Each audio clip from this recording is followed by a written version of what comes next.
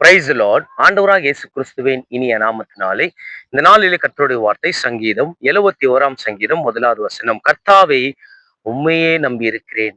பக்தன் சொல்லுகிறார், ஆண்டவரே, நான் உம்மையே நம்பி இருக்கிறேன், நான் உங்களை நம்பி இருக்கிறேன் என்று. அவரை நம்பி இருக்கிறவர்கள் ஒருபோதும் வெட்கப்படுவதில்லை, ஒருபோதும் தலை குனிதுவதில்லை. தேவ பிள்ளையே, யாரை நம்பி இருக்கிறீங்க?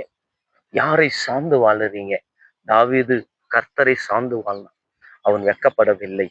இன்னைக்கு நம்மளோட வாழ்க்கையில எதுக்காக சில சூழ்நிலைகள் மாறவில்லை, எதுக்காக நம்ம ஜெபத்துக்கு பதில் வரவில்லை என்றால், நம்ம தேவனை நம்பி வாழவில்லை, உலகத்தின் பின்பதாக ஓடிக்கொண்டிருக்கிறோம். கர்த்தாவே, நான் உண்மையே நம்பி இருக்கிறேன்.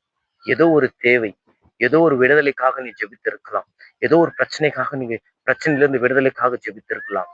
உன் எல்லாவற்றிலிருந்து விடுதலை வேண்டும் என்றால் நீ அவரை நம்பு, அவரை சார்ந்து வாழு. ஒருபோதும் நீ வெட்கப்படுவதில்லை. அவரை விசுவாசிக்கிறவர்கள் ஒருவனும் வெட்கப்படுவதில்லை என்று வேதம் சொல்லுகிறது. ரோமர் 10 அதிகாரம் 11வது வசனம். தேவ பிள்ளையே, இன்னைக்கு உன் வாழ்க்கை கர்த்தர் சமூகத்தில் ஒப்பு கொடு.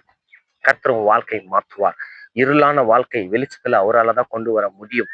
உன் வாழ்க்கை இருளா வாழ்ந்தது போதும், இன்னைக்கு வெளிச்சமாக மாற வேண்டும் என்று ஆண்டவர் இந்த வார்த்தை மூலியமா உன்னோடு பேசினார் என்று நான் விசுவாசிக்கிறேன். ஒரு நிமிஷம் கண்களை மூடி நம்ம ஜெபிக்கலாம். மகா பரிசுத்தமும் கிருபையும் நிறைந்த நல்ல பிதாவே, ஆசீர்வதிக்கப்பட்ட இந்த அருமையான காலை நேரத்துல எங்களோடு பேசினதுக்காக கோடி நன்றி டாடி. அப்பா, இந்த ஆன்லைன்ல இவங்களோடு கூட இடைப்படுங்க, பேசுங்க. துதி கனமகிமை ஒருவருக்கு செலுத்துகிறேன். ஆண்டவரும் மீட்பரும் ரட்சகரும் இயேசு கிறிஸ்துவின் நாமத்தில் வேண்டிக் கொள்கிறோம் ஜீவனுள்ள நல்ல பிதாவே. ஆமேன், ஆமேன், ஆம்.